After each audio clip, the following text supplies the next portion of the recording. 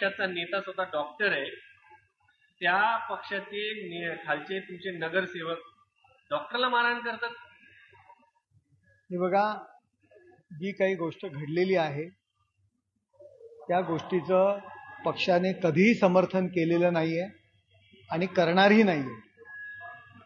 रमेश म्हात्रे यांच्याकडून जी डॉक्टर आणि नर्सेस यांना मारहाण झालेली आहे अशा पद्धतीचं वृत्त सर्वत्र सुरू आहे.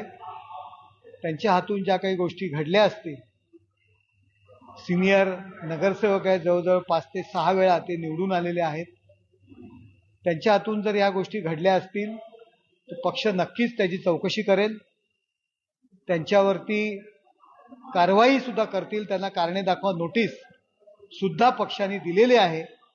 त्यांचं म्हणणं सुद्धा ऐकून घेतलं जाईल आणि पक्ष त्याच्यावरती कारवाई करेल. पक्ष कुठेही अशा गोष्टीला समर्थन देणार नाही. सर, तुम्ही आता म्हणताय घटना किंवा गोष्टी घडल्या असतील, इथे टीव्ही मध्ये दिसत आहे सर, जे मारहाण करतोय तो नगरसेवक आहे की गुंडा आहे? जे काही घडलेलं आहे सर, ते पक्ष पाठीशी घालणार नाही. पक्ष त्यांच्यावरती नक्कीच कारवाई करेल. काय कारवाई करणार तुम्ही त्यांच्यावर? बघा, पक्षाचे नेते या संदर्भात बसतील. शिस्तपालन कमिटी आहे आमची, ते लोक बसतील आणि त्यांच्यावरती कारवाई होईल. सर, तुमच्या पक्षाच्या वतीनं जे माहिती देण्यात आलेली आहे, ट्विटरवरती माहिती देण्यात आहे, अत्यंत गुळगुळीत. म्हणजे डॉक्टरांना एखादा व्यक्ती, एखादा पदस्थ अधिकारी असतो, तो नगरसेवक आहे, तो मारहाण करतो आणि तुमचं सरकार त्याचा बचाव करते. हे काय लावलंय सर? हे बघा, कुणीही बचाव केलेला नाहीये, कुणी ती घटना पाठीशी घातलेली नाहीये. त्यांच्यावरती कारवाई होईल. तुमच्या पक्षात नक्की काय चाललंय? एक खासदार तुम्ही आयात केलेला आहे किंवा तुमच्याकडे आले विकासासाठी, ते पत्रकारांना मारण्याची धमकी देतात. त्यानंतर आता हे तुमचे नगरसेवक डॉक्टरांना मारतात. शिळ्या कडीला ऊत आणण्याचा प्रयत्न करू नका. पत्रकारांना ज्या खासदारांनी च्याकडनं काही गोष्टी घडल्या होत्या त्यांनी त्याबद्दल दिलगिरी सुद्धा व्यक्त केलेली आहे. आता काही दिवसांनी पुन्हा आम्ही तुम्हाला नगरसेवकाचा प्रश्न विचारू, तेव्हा तुम्हाला ती शिळ्या कोडीचं ऊत वाटेल. हे बघा, पक्ष या गोष्टीचं कुठेही समर्थन करत नाहीये आणि करणारही नाही. आज त्यांना, त्या नगरसेवकाला तुरुंगात टाकणार का?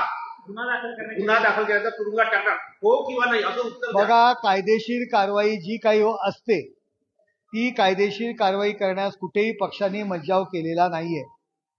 सर, आज राज्याचे मुख्यमंत्री देवेंद्र फडणवीस यांनी सभागृहामध्ये भाषण करताना मिसिंग लिंकच्या संदर्भामध्ये 10 वर्षामध्ये कोण राहील माहिती नाही, पण एकनाथ शिंदे आणि देवेंद्र फडणवीस यांचं नाव राहील असं विधान केलेलं आहे. कसं बघता याच्याकडे? माननीय देवेंद्रजींनी आज सभागृहामध्ये मिसिंग लिंक वरती कामावरती जे टीका करतायत त्यांना एक जोरदारपणे विरोधकांना उत्तर दिलेलं आहे की कोण राहील कोण नाही राहणार हे मला माहित नाही, पण मिसिंग लिंकच्या संदर्भात देवेंद्रजी आणि एकनाथ शिंदे यांचं नाव नक्कीच राहील. कारण या दोघांच्या प्रयत्नातून या मिसिंग लिंकचं काम पूर्ण झालेलं आहे.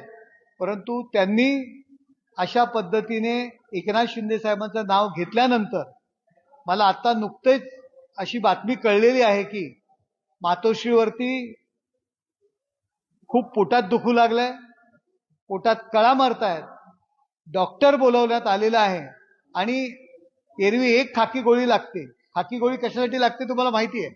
जी जुनी माणसं आहेत त्यांना एक खाकी गोळी ही एका गोष्टीवरती रामबाण उपाय आहे. तर 10 ते 20 खाकी गोळ्या मागवल्यात, एका गोळीने काम होणार नाही. ही अशी परिस्थिती मातोश्रीवरती झालेली आहे. डॉक्टर्स बोलवलेले आहेत आणि पोटात दुखू लागले आणि त्याकरता खाकी गोळ्या. आता त्या कशा करता मागवतात तुम्हाला माहिती आहे? बहुतेक जुलाबावरती रामबाण उपाय येतो आणि मातोश्रीवरती त्या गोष्टी सुरू झालेल्या आहेत देवेंद्रजींनी एकनाथ शिंदे साहेबांचं नाव घेतल्यामुळे.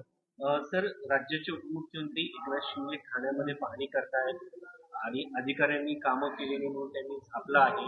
अनेक वृक्षाच्या फांद्या पडून लोकांना इजा होते. या सगळ्या दृष्टिकोनातून त्यांनी त्या ठिकाणी अधिकाऱ्यांना झापल्याचं पाहिलं नाही. सर्वत्र पाऊस आहे, गेले 4 ते 5 दिवस कंटिन्यू पाऊस आहे आणि त्यामुळे अधिकाऱ्यांचं जी काही हलगर्जीपणा असेल त्याच्या त्यांना कामचुकार अधिकाऱ्यांवरती गय केली जाणार नाही, हा मेसेज माननीय उपमुख्यमंत्र्यांनी दिलेला आहे. राज्याचे मुख्यमंत्री देवेंद्र फडणवीस यांनी आज केंद्रीय गृहमंत्री अमित शहा यांची काल भेटी घेतली. आज पुन्हा संवाद साधलेला आहे. इंडिया मदत आणि महाराष्ट्राला मदतीच्या संधी. हो, जास्तीत जास्त मदत जे महाराष्ट्रामध्ये जे नुकसान झालेलं आहे अतिवृष्टीमुळे जास्तीत जास्त मदत केंद्र सरकारकडनं घेण्याचे प्रामाणिकपणे प्रयत्न माननीय देवेंद्रजी करतात. परवा जर बघितलं तर एकनाथ शिंदे हे रुग्णालयात होते आणि रुग्णालयातून ते आता फील्डवरती उतरलेले शिंदे साहेबांची कामाची पद्धत आहे ती कधीही स्वतःच्या जीवाची पर्वा न करता ज्या ठिकाणी दुर्घटना असेल, अडचण असेल, ज्या ठिकाणी मोठे भयानक असे काही संकट आली असतील तर ते स्वतःची जीवाची पर्वा न करता त्या ठिकाणी पहिले पोचतात. हा त्यांचा स्वभाव आहे आणि म्हणूनच जनसामान्यांमधून नेता हे त्यांना म्हटलं जातं आणि त्यांच्या स्वभावानुसार ते त्या फील्डवर उतरलेले आहेत. राज्याचे मुख्यमंत्र्यांच्या दालनामध्ये सीमा प्रश्नावरती बैठक होत आहे. अनेक वेळा ही बैठक पुढे जाताना पाहायला मिळते. त्यावेळेस सुद्धा शरद पवार उपस्थित असल्याचं समजतंय. काय सांगेल?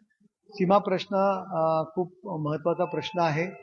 केंद्र सरकारकडनं काही गोष्टी ची पूर्तता करणं गरजेचं आहे आणि गेल्या अधिवेशनात सुद्धा मी सुद्धा या संदर्भात केंद्र शासनाच्या भूमिकेसंदर्भात 0 आवरमध्ये प्रश्न विचारण्याचा प्रयत्न केला, परंतु संधी मिळाली नाही. या अधिवेशनात संधी मिळते का पाहू, परंतु एकत्र बैठक लावणं गरजेचं आहे.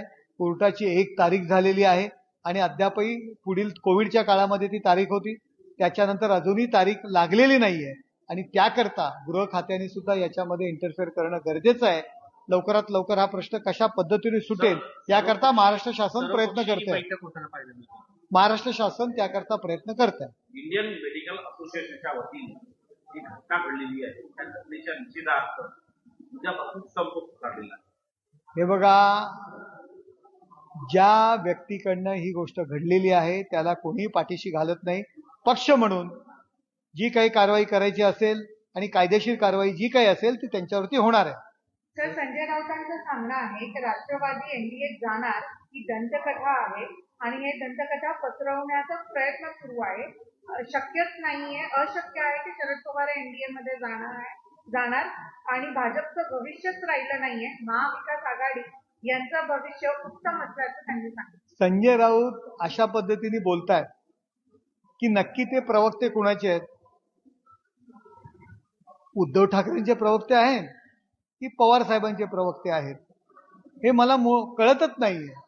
संजय राऊतांनी सुपारी घेतलेली आहे की राष्ट्रवादीने काँग्रेस सोबत जावं आणि त्यामुळे कदाचित ज्या काही हालचाली सुरू आहेत असतील नसतील त्याबद्दल शरद पवार साहेब सांगतील, त्यांच्या पक्षाचे प्रवक्ते सांगतील. संजय राऊत यांना काही राष्ट्रवादी शरद पवार गटाने पगारावर ठेवलंय का? नक्की कोणाचे प्रवक्ते आहेत का त्यांच्या पगारावरती ते आहेत? हा प्रश्न माझ्या डोक्यात निर्माण झालेला आहे. एकनाथ शिंदेबद्दल सांगताना ते बोलतात की कोणतीही किंमत मोडून शिंदेना सीएमच व्हायचं आहे आणि जे शिंदे मोदी शान यांना आव्हान देऊ शकतात. हा भस्मासूर फडणवीसांच्या मानेवर बसणार असं राऊतांचं सांगतात. संजय राऊतांनी ती काळजी करू नये. आमच्यामध्ये खूप चांगले संबंध आहेत. मुख्यमंत्री उपमुख्यमंत्री एकत्र काम करतायत. आज देवेंद्रजींनी सुद्धा एकनाथ शिंदे साहेबांचं नाव घेऊन त्याच्यावरती शिक्कामोर्तब केलेलं आहे. कदाचित संजय राऊतांना सुद्धा खाकी गोळीची गरज लागेल त्यांचं वक्तव्य ऐकल्यानंतर. कदाचित ती त्यांना पाठवण्याची व्यवस्था सुद्धा मी करेल. गिरीश महाजन हे महाराष्ट्राचे संपतराय. संजय राऊत यांनी केवळ मंत्र्यांना उपमा चुकीच्या पद्धतीने देण्यापेक्षा उद्धव ठाकरे, आदित्य ठाकरे यांना महाराष्ट्रामध्ये अतिवृष्टी आहे तर त्यांना थोडंसं घराबाहेर पडण्याचा सल्ला द्यावा. ज्या पद्धतीने गिरीश महाजन असतील, एकनाथ शिंदे साहेब असतील, देवेंद्रजी असतील रस्त्यावर उतरून लोकांना मदत करतायत, त्यांच्यावर टीका करण्यापेक्षा या लोकांना सल्ला द्यावा की मातोश्रीचा उंबरठा ओलांडून थोडं बाहेर पडा तर उरली सुरलेली लोक तुमच्याकडे थांबतील. धन्यवाद सर. आपण विचारलेलो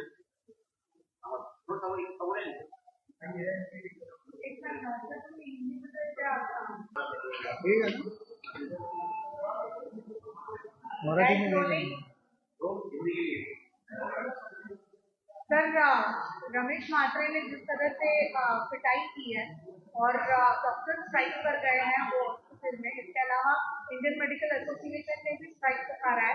एक इंसान जिस पर जो है इतना बड़ा रिस्पॉन्सिबिलिटी किया है, वो कैसे वैंडलिज्म को प्रमोट कर सकता है? देखो, डोंबिवली के पार्षद रमेश म्हात्रे, उनकी तरफ से जो कृत्य हुआ है उसका हम लोग निषेध करते हैं। पार्टी करके उनका समर्थन हम कभी भी नहीं करेंगे। उनके ऊपर कार्रवाई होगी पार्टी की तरफ से, उनका समर्थन कोई भी नहीं करेगा।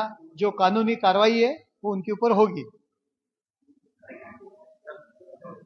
Thank you.